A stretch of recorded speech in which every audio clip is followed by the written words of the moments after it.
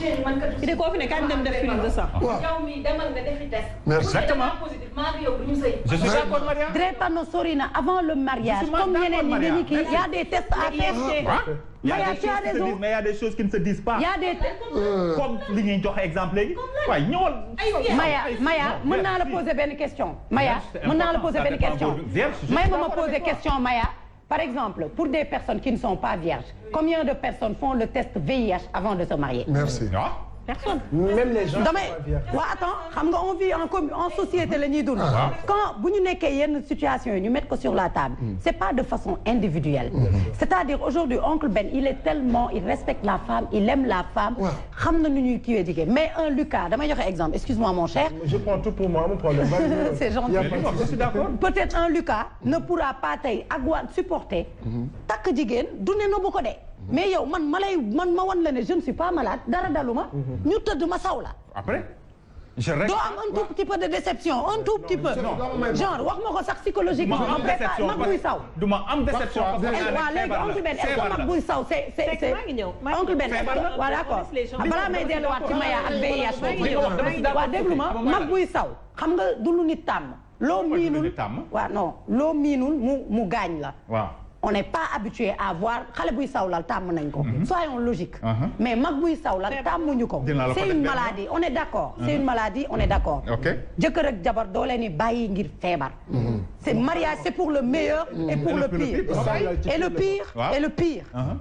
veille à dire la vérité à ki ngay nar a sekkal toute une vie. mais li nga wax tout dépend ci communication bi ngeen am tamit. mais non Benoît mi am naa sañ-sañu ne ko damay sawlal xam nga lu tax. non attends non parlons peu et bien. am naa sañ-sañ man di sawlal ne la Benoît. sax bul ma ko wax. en fait non mais Sophie kay bëgg xoolal 2 secondes rek. da nga feebar. Sophie merci beaucoup on y va avec Maya et Lucas.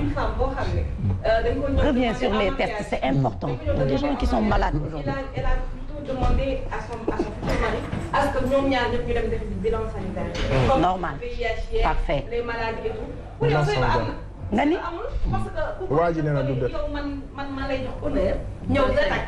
yow nga may jiñ feebar. oh là là. dem ci parents. c'est malheureux mais c'est sëy ba nii amul pour dire que. c'est bien am na yenn yoo xam ne. parce que peut-être am na lu mu doon nëbb donc man li may. ñaata jigéen ñooy dundee ak infection ça c'est une partie assez importante. ñaata góor.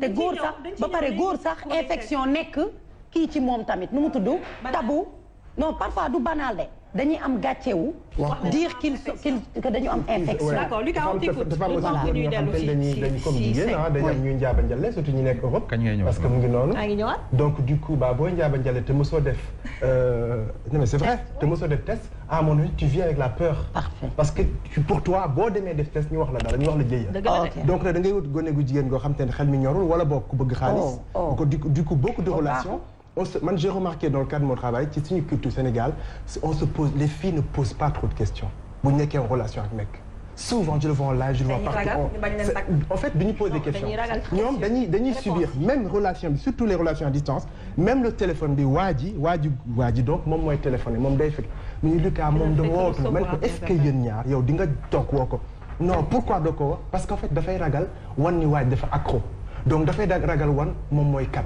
donc te bu wanee boppam peut-être que duñ ko takk c'est ça donc il y a autant de choses qu'il faut revoir c'est juste que couple c'est juste se poser des questions su ma tant que posé ma la question naka laa lay xam je pose mes questions loolu bu weesoo tam divorce yi bari on parlait de divorce aussi divorce bari li ko arrivé au Sénégal dañoo nekk culture boo xam ne on fait plein d'astuces des affaires yu mais sexe c'est tabou on n'en parle pas dire à ta copine à ta femme qu'est-ce que tu aimes qu'est-ce qui te fait craquer lan moo lay jooyloo ci néegu lal su ma nee jooy naq la wax ma jooy bët d'accord donc j'ai une cliente bu ñëw elle est mariée bu ngeen ma may yeggale vous êtes adorable merci donc du coup elle est avec son mari pendant 3 ans de mariage mu ne ma Lucas man ci néeg bi damay mel ni ku dee c'est-à-dire que du ma am benn bànneex comme frigo quoi ma laaj ko sexualité bi lan la mu ne moom finalement en lui posant les questions j'ai compris que tous les jëkkër dafa am benn position bu mu bëgg maanaam jabe dafay tëdd ci njaaxaanaa la tëddee ngarale tànk yi moom mu ñëw voilà tëmbee li muy def ça dure après bu paree voilà roc ci Ibra Bokum daal di tëdd ne la vous me suivez donc du coup cette femme pendant des années elle souffre de ne rien sentir mun na la divorcer ma ne ko balaa ngaa comme seen problème c'est sexuel balaa ngeen di divorcer avant parce que man en tant que coach damay boole ay sëy du ma leen tàqali donc ce que je te propose tu vas faire ça tu reviens me faire un retour tu as une sexualité passive maanaam da ngay subir mu ne ma mais moom du ma ne ko non ñaf ko mbéj s'il faut xoj ko toogal ci kawam daal di riti nee na ba mu ko def dama toog ci kawam rek di def ay position nee na pour la première fois de sa vie elle a explosé yow foog yow kii lu mu tudd barigo bu bën na laal ba tooy xeeb jëkkër ji tiit mais depuis lors ce qui se fait ils ont découvert une autre sexualité waa ji naa waa defal comme keroog loolu loo koy wax donc du coup ils ont juste retrouvé une sexualité maintenant vous voulez toujours divorcer non pas du tout parce que tout allait bien c'est juste au niveau du lit encore une fois la communication la sexualité c'est pas juste ce qu'une femme subit bu ngeen nekkee ci nekk waa ji war na wax ji jabar ji ok je te fais ça qu'est-ce qui te plaît lan moo la neex parce que ki dëkk yaramam am na lu mu xam ci yaramam d'accord mais gars yi bay dañuy ñëw tu vas voir ce que je vais te faire nangam tourne ni nangam non c'est un sujet tabou et c'est un sujet bu nga xam ne ça amène beaucoup de divorces donc la sexualité c'est rien c'est comme manger aller au resto doo ñëw lu la jox ko jël ko tu sais choisir le menu yaramu nit dafa bari ay ruq-ruqaat donc on communique di mos di ñam di nemmeeku di léeg-léeg nga maat léeg-léeg nga ëff léeg-léeg nga léché et cetera il y a pas de le corps d'un homme le corps d'une femme il y a pas de tabou sa jabar mën nga ko jël teg ko à quatre pattes ngaay tànk yi ñam non mais c'est vrai tu n'es pas sérieux quoi lépp la lew sa jabar la dafa lew doom non daf laa lew di moom mais est-ce que di wax interdit au moins de 18 ans non dama ko war a wax li may wax ni interdit au moins rek gars yi mute seen télé yi interdit au moins 18 ans en même temps à cette heure-ci normalement ak xale yu noctambule yi donc du coup problème bi Sénégal am divorcé dañ on se le dit c'est la sexualité qui est chaotique parce que yenn astuce ñàkk confiance moo koy indi parce que jigéen bu wóolu boppam dëggantaan mu ne dëj ci digg lal bi lépp leer kon muy astuce muy du ko soxla il suffit juste mu jël lu ndaw ndaw def ci ndiggam li jël lu tuuti woo doo ko soutien sax waru koo sol daan ne jëkkëram man ak yow la bu bët set loo ci bañu du ma ko ci bañ am na ñoo xam ne dañuy déclarer malade kii ni ngay annoncé couleur yenn góor yi dañuy déclarer malade non mais waa Lucas li ngay wax nii ban école lañ koy jàngee école am ñëw leen gis ma Lucas non da ngay waaj a ubbi école di def dama ko ci laa nekk ëpp naa def je ne rigole pas te loolu lépp ci islam la bokk de ki nga nekk sa jabar wala sa jëkkër ku ne di maanaam xanaa gars yi dañuy indi certificat de mariage ba pare non mais loolu c'est normal balaa muy kii non kon da ko dañu lay indil set ñaar ñi waaye dañ lay indil doo rek xam nga kii moom bu tombé wala moom célibataire la Sophie di wax moom non nee na kuy ñëw non Lucas li muy wax nii booy ñëw na ñaar ñi ñëw indaale seen certificat de mariage doole inspiration dafay jenge boor léegi nga doon góor par jour il y a des fois ci naq bi dëgërul d'accord parce que voilà t'as pas une érection on va dire ça comme ça sa jabar jour boobu elle a une montée hormonale elle a très envie xam nga tey jii du mbir mën a jóg nga ne ko amul benn problème parce que sama de la tête aux pieds fi ma la mën a jaar bëri na mais nga ci sa jabar tëral ko njaxaanaay ngaañ ñaari tànk yi génn bi muy jëriñ borom yow wuy ma baax nga yow Lucas Lucas waaw yow non man li ma jaaxal yow soo da taxaw waxuma la yow soo xaw ma présentatrice xaw ma ak a mën non tey lu tax non Lucas da ngay nelaw Lucas ngay da ngay nelaw Lucas kon ma ne ndax da ngay nelaw Lucas ngay ni ko tey sequma ko ak yow dégg nga ndey sekk laa ko sekkal yes par contre au-delà de ce que tu dis dafa am Sophie au-delà de l'humour dafa am lu am solo lu mu oncle Ben yaa yey nekk xale de waaw déglu ma boo nekkee xale nag actuellement kon ñun ay liir yu soogay judd la réalité par contre tu as dit un truc assez important j'aimerais que mu revenir di tàggoo Mouhamed Ndiaye nee na bonne nuit loolu la naa fekk bu mag la tëddul mi ngi xool il dort pas du tout loolu lañ lay wax sama laaj par contre moi ce qui m'intéresse pas par rapport à fi nga egg yëpp mais hormonal je voulais juste te poser une question parce que y a beaucoup de femmes y a des hommes. ah. da nga maa dagg ci booy bi. non man dama koy poser question c'est un problème pour tout le monde. pic hormonal bi góor yu bëri xamuñu ko seen jabar. bien sûr. mooy ne dafa am jigéen fu muy toll. quand elle ovule. buy ovulé day nekk parce que voilà. loolu noonu genre yooyu c'est bon nga véhiculer ko. nit ñi xam ko voilà. quand elle ovule c'est des choses à voir. c'est des choses. les gens savent la plupart. c'est tabou. pas la plupart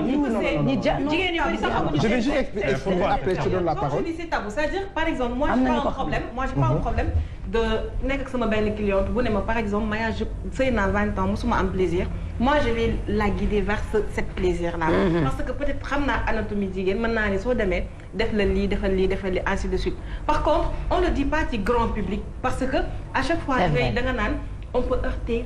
Non, on peut pas heurter. Attention, c'est ça le problème. J'ai quand même, je le dis avec humilité, j'ai une envergure internationale. Sur l'année, j'ai une des clientes qui est psychiatre.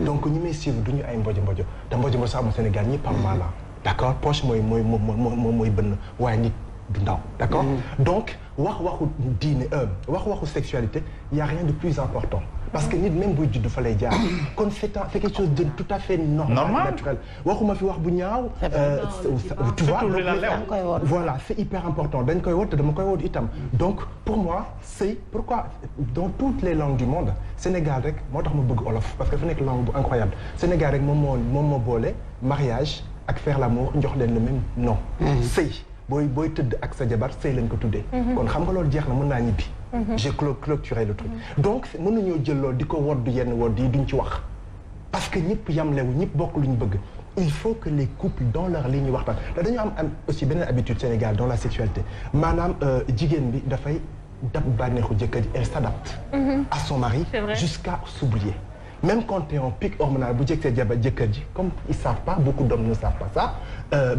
non dama sonn alors que foofu noonu peut-être que ça fait longtemps ñu bëgg am doom amuñu ko te peut-être que jamono boobu noonu bu ko luxmbatoon suuxat ko tubarkalla alaaji juddu wala ndey tu comprends ou pas donc ça c'est des discussions il y a rien de plus important c'est la base c'est la pulsion de vie l'amour boo sëyee loolu moo tax le reste nag da ci kii donc qu'est-ce fan laay conclure par rapport à ça avec les femmes c'est-à-dire que beaucoup de femmes me parlent Lucas man du ma yëg dara il y a beaucoup de femmes qui savent pas qu'il y a jouir prendre du plaisir et un orgasme d'accord c'est pas la même chose. Lamzo ñu ngi ci biir thème bi on est en train de voir si ça aussi moom mooy tere nit ñi ñu très peu de femmes normal ont connu l'orgasme parce que balaa ñu fay yegg waa ji pare na te bu paree dafay nelaw tu comprends jigéen ñu bari du ñu am orgasme parce que dañuy nekk ci astuce yi jommal jëkkër ji en 10 minutes mu pare alors que orgasme bu nga yegg fi c'est la rencontre de deux corps ñaar nit ñu bëggante ñoom ñooy waxtaan ci seen yaram dañ xoolante ci bët parce que jigéen foog nga wax ak moom jigéen foog mu sentir ni jëkkër ji daf ko bëgg daf ko désirer moom rek et personne d'autre il faut que les corps communiquent les regards les sens le réflexe y a aucun mot qu'on laisse toucher le corps de la femme c'est pas tabou de la tête aux pieds quand une femme se sent aimée se sent acceptée se sent unique et exceptionnelle yaramam day wax. En tout cas tes biscuits t'aiment beaucoup. Il y a Aminata Diop qui demande pourquoi je te touche depuis tout à l'heure. Il y a Aminata Diop en tout cas ces biscuits l'aiment beaucoup Aminata Diop nee na pourquoi may laal Lucas tout le temps. C'est une biscuit aussi.